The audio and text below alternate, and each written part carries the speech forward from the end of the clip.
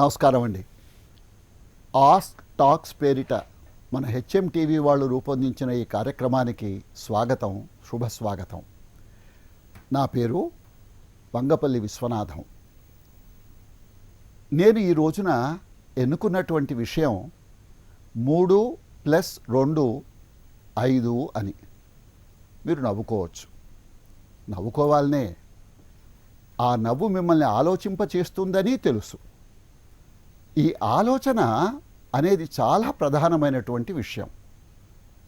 మీలో ఎంతోమంది విద్యార్థులు ఉంటారు, గృహిణులు ఉంటారు. మీ ముందు ఈ చిన్న మొదటి తరగతి విద్యార్థి నేర్చుకున్నటువంటి విషయాన్ని 3+2 5 అని చెప్పవలసిన అవసరం, మీకు గుర్తు చేయవలసిన అవసరం లేదు. ఈ లెక్కల దగ్గర ఎవరు తప్పు చేయరన్న నమ్మకం నాకుంది. మీకు ఒక విషయం మనవి చేస్తాను. ఎందుకు ఇలా ఈ పేరు పెట్టడం జరిగిందంటే, ప్రపంచంలో ఈ 3 అనేటువంటి సంఖ్య దేనికి సంకేతమో, 2 అనేది దేనికి అవకాశం ఉందో, ఈ 3+2 5 అని అన్నప్పుడు 5 దేన్ని ప్రతిబింబించే అవకాశం ఉందో, వాటన్నింటి వైపు మనస్సు ఒక్కసారి అణువిస్ఫోటనం జరిగినట్లు దూసుకు వెళ్ళాలనేటువంటిది ముందు సంకల్పం. అక్కడ ఆగుదాం. నేను చెప్పదలుచుకున్న విషయం గమనించండి. మన మహాత్మా గాంధీ గారి దగ్గర 3 కోతుల బొమ్మ ఒకటి ఉండేది అని చెప్పని చిన్నప్పటి నుంచి మనం చదువుకుంటూనే ఉన్నాం. అందులో ప్రధానంగా ఒక కోతి కళ్ళపై చేతులు పెట్టుకుంటుంది, చెడు చూడొద్దు అని చెప్పి దాని భావం. ఇంకొక కోతి చెవులపై చేతులు పెట్టుకుంటుంది, అంటే చెడు వినొద్దు అని దాని యొక్క అభిప్రాయం. మూడవ కోతి నోటిపై చేతులు పెట్టుకుంటుంది, అంటే చెడు అనవద్దు లేక చెడు మాట్లాడవద్దు అని చెప్పని. దీనికి మన వాళ్ళు చాలా చక్కగా అసలు ఈ చెడు మాటలు, చెడు వినటాలు, చెడును ప్రోత్సహించడాలు, చెడు అనటాలు, చెడు ప్రచారం చేయటాలు సమాజానికి చెరుపు కలిగిస్తుంది అనేటువంటి అభిప్రాయంతో ఇంత చక్కగా ఆ కోతుల ద్వారా ఈ విషయాన్ని మనకు తెలియపరిచారు అని మనం గ్రహించాలి. కానీ అదేమి చిత్రమో, మన మనస్సు చూడొద్దు అన్నది చూస్తూ ఉంటుంది, వినొద్దు అన్నది వింటూ ఉంటుంది, వద్దు అన్నది మాట్లాడుతూ ఉంటుంది. ఇది మనస్సుకున్నటువంటి బలహీనత. అది వేరే విషయం. మనస్సును నిగ్రహించుకోవాలి, మనస్సుకు సంస్కారం నేర్పించాలి, ఈ నిగ్రహాన్ని సాధన చేయాలి అనేటువంటిది ఒక బృహత్ విషయం. దాన్ని ఒక్క క్షణం పక్కనట్టు పెడదాం. ఒక్కసారి దీన్ని మనం విశ్లేషిస్తే, నేను ఇందాక 3+2 5 అని చెప్పా కదా, 3 వరకే మీకు చెప్పాను. ఈ +2 ఏమిటి? ఇప్పటికే 3 కోతులతో అవస్థపడుతున్నాం సార్. మన మనస్సు కోతి లాంటిది, ఇంకో 2 కోతుల్ని కలిపితే మొత్తం 5 కోతులు అవుతుంది, పంచకోళ్ళ కషాయం లేక కోతి కషాయం అవుతుంది అని చెప్పని మీరు అనుకోవచ్చు. ఇక్కడ కొంచెం గమనించడానికి ప్రయత్నం చేయండి. మంచి చెడు, ఉపయోగము నిరుపయోగము, సన్మార్గము దుర్మార్గము, సత్యము అసత్యము, లాభం కలిగిస్తుంది నష్టదాయకమైనటువంటిది అనేటువంటి విశ్లేషణ మనం ఎప్పుడైతే స్పష్టంగా, అంటే విలువలతో కూడినటువంటి ఆలోచన విధానాన్ని మనం అలవాటు చేసుకుంటామో, అప్పుడు మనకు ఈ చెడు చూడొద్దు, చెడు వినొద్దు, చెడు అనొద్దు అని ఎందుకన్నారు, దానివల్ల ప్రభావం ఏమిటి, దానివల్ల మనం ఎలా దిగజారిపోతాము, మనతో పాటు ఉన్న వాళ్ళందరినీ ఎలా దిగజార్చేందుకు మనం పూనిక వహించవలసి వస్తుంది, బాధ్యతారహితమైనటువంటి ప్రవర్తన కాదు, బాధ్యతాయుతమైన ప్రవర్తన మనకు కావాలి అనేటువంటి విషయాన్ని మనం గమనించటం సాధ్యమవుతుంది. అంటే విశ్లేషించుకున్నప్పుడు, ఒకటి చెడుని చూసినప్పుడు మనస్సు ఆ చూసిన వైపే వెళ్ళిపోతూ ఉంటుంది. అంటే ఆ చెడును మనం మనస్సులోకి ఆహ్వానించుకుంటున్నట్టు లెక్క. చెడును మనం వింటూ ఉన్నప్పుడు ఆ చెడు మన మనస్సులోకి ప్రవేశిస్తూ ఉంటుంది. ఒక్కొక్కసారి చెడుకు ఉన్న ఆకర్షణ ఎక్కువ, మంచికి ఉన్న ఆకర్షణ తక్కువ, అది మనకు తెలుసు.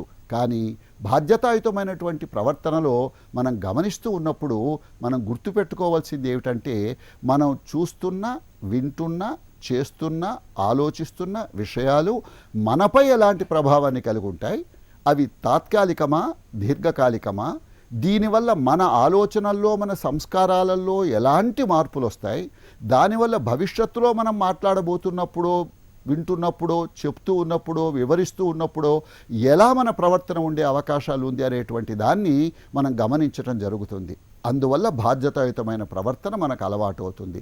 అందువల్ల ఇది చెడు చూడొద్దు అని మనస్సుకు నచ్చి చెప్పుకుని మంచిని మాత్రమే చూసేటువంటి సంస్కారాన్ని, నిగ్రహాన్ని మన మనస్సుకు కలిగించవలసినటువంటి అవసరం ఉంటుంది.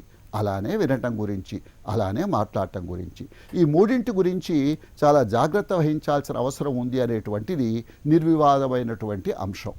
చాలా జాగ్రత్తగా మనం గుర్తుంచుకోవాల్సిన అంశం. మన వల్ల ఇతరులపై మంచి ప్రభావం కలగాలే తప్ప మరో ప్రభావం కలగకూడదు అనేటువంటి విషయాన్ని మనం గమనించవలసిన అవసరం ఉంది. ఒక్కడుగు ముందుకెళ్దాం. మూడింటి లెక్క తెలిసింది, మూడింటి విషయం, వివరం అర్థమైంది, వాటి అంతరార్థం మనకు ద్యోతకమైంది. ఇప్పుడు మనం ఒక విషయాన్ని గమనిద్దాం. అసలు నిజానికి ఈ చెడు చూడొద్దు, వినొద్దు, అనొద్దు అనటానికి ముందు ఈ బోగీల ముందు ఒక రైల్వే ఇంజిన్ ఎలా ఉంటుందో ఒకటి అక్కడ ముందు ఉందండి. ఏమిటది? అలానే ఈ రైల్వే ఇంజన్ ఎగ్జాంపుల్ నేను ఎలాగూ చెప్పాను కాబట్టి రైల్వే ఇంజన్కు ముందు ఏది? రైల్కు ముందు రైల్వే ఇంజను, ఆఖరణ గార్డ్ అని చెప్పని అంటాం కదా మనం. ఈ గార్డ్ అనేటువంటిది ఏమిటి? రైలుకు రక్షణ. అవసరమైనప్పుడు అటు భూమిపై ఉన్న వాళ్ళకు కానీ, రైల్వే అథారిటీస్కి కానీ, డ్రైవర్కి కానీ కావలసిన సంకేతాలను పంపి, చెప్పవలసిన వివరాలను చెప్పి రైలు కదలటానికి కావలసినటువంటి అవకాశాన్ని కలిగించటం, లేక ఆపమని సంకేతాలు చెప్పటం అనేటువంటి చేస్తారు. ఇక్కడ చూడండి, చెడు ఆలోచనలు ఉన్నప్పుడే చెడు చూద్దామని, చెడు విందామని, చెడు అందామని, చెడు ప్రచారం చేద్దామనేటువంటి భావనలు మనకు వస్తాయి. అలానే ఈ చెడు ఆలోచనలతో ప్రారంభమై చెడు విషయాలు గమనించటం, చెడు విషయాలు వినటం, చెడు స్నేహాలు చేయటం, చెడు మాటలు మాట్లాడటం వల్ల చెడ్డ పనులు చేద్దామనేటువంటి విషయం వైపు మన మనస్సు జారిపోతూ ఉంటుంది. అందువలన నేను ఇందాక చెప్పిన 3+2=5లో మనం గమనించవలసిన విషయం ఏమిటంటే, కేవలం చూడొద్దు, వినొద్దు, అనొద్దు అని అన్నప్పుడు దానికి మొట్టమొదట మనం బ్రేక్స్ ఎక్కడ వేసుకోవాలి, సంఖ్యలు ఎక్కడ వేయాలి, ఎక్కడ దానికి మనం ఏ మేరకు అనుమతి ఇవ్వాలనేటువంటి విషయాల గురించి కనుక మనం ఆలోచించినట్టయితే చెడు ఆలోచించవద్దు అనేటువంటిది మొట్టమొదటిదని, దానివల్లనే ఈ చెడు అనటం, వినటం, కనటం జరుగుతోందని, ఇది గనక మనం జాగ్రత్త పడితే ఎక్కడ మనకు చిన్న చిన్న పొరపాటు జరిగినా మొదటి దాంతో మనం అనుసంధానం చేసుకుంటూ గనక ఉన్నట్టయితే ఏ పరిస్థితుల్లో కూడా పొరపాటున ఒక చెడు ఆలోచన వచ్చినా నిగ్రహించుకో, చెడు విషయం చూసినా గమనించు, చెడు విషయం విన్నా పట్టించుకోకు, చెడు మాట్లాడవలసి వచ్చినా మాట్లాడకు, మాట్లాడవలసి వచ్చినా సరే, కానీ నీవు మాత్రం ఏ పరిస్థితుల్లో కూడా చెడు పనులు చేయవద్దు, చెడు కార్యాచరణ ప్రణాళిక చెయ్యవద్దు, పట్టించుకోవద్దు, ఇతరులకు అపకారం చెయ్యవద్దు, సమాజ కళ్యాణానికై కృషి చేయవలసినటువంటి గురుతరమైన బాధ్యత నీ నెత్తిపై ఉంది అనేటువంటి విషయాన్ని మనం గమనించేందుకు అవకాశం ఏర్పడుతుంది. అందుకని నేను ఊరికే చిలిపిగా మీకు అర్థమవటం కోసం 3+2=5 అంటే 3+2=5 కోతులు అని చెప్పటానికి కారణం ఇది. ఒక్క క్షణం ఆలోచించండి. పుట్టుకతో ఏం తెలుసు మనకి? పుట్టిన తర్వాతే కదా మనం ఇంత విజ్ఞానాన్ని సమకూర్చుకున్నాం. మనం మానవజాతి తొలి రోజుల్లో వాళ్లకు తెలిసిందెంత? సమిష్టిగా ఇన్ని కోట్లాది మంది, ఇన్ని వేలాది సంవత్సరాలు సేకరించుకున్నటువంటి విజ్ఞానాన్ని మనం అర్థం చేసుకుని ముందడుగు వేస్తున్నాం. అలాంటప్పుడు మనం కలలుగనేటువంటి స్వర్గం సృష్టించుకునే అవకాశం పరమాత్మ మన చేతికి అందించినప్పుడు మనం ఏం చేస్తే స్వర్గాన్ని సృష్టించుకోగలం, ఏం చేస్తే నరకం కాకుండా ఉండగలం అనేటువంటిది మనం ఆలోచించవలసిన అవసరం ఉంది. అంటే మన ఆలోచనలే కారణం, మన దృష్టి, మన వినేటువంటి తత్వం, మన మాట్లాడే విషయం, మనం చేస్తున్న పనులు, వాటికి సంబంధించిన కార్యాచరణ ప్రణాళికలు, ఇవన్నీ కలిసి మంచిని చెడును నిర్ణయిస్తాయి. అందరూ పూనుకుని మంచి చేయటానికి గనక పూనుకున్నట్టయితే తప్పకుండా మంచి జరుగుతుంది.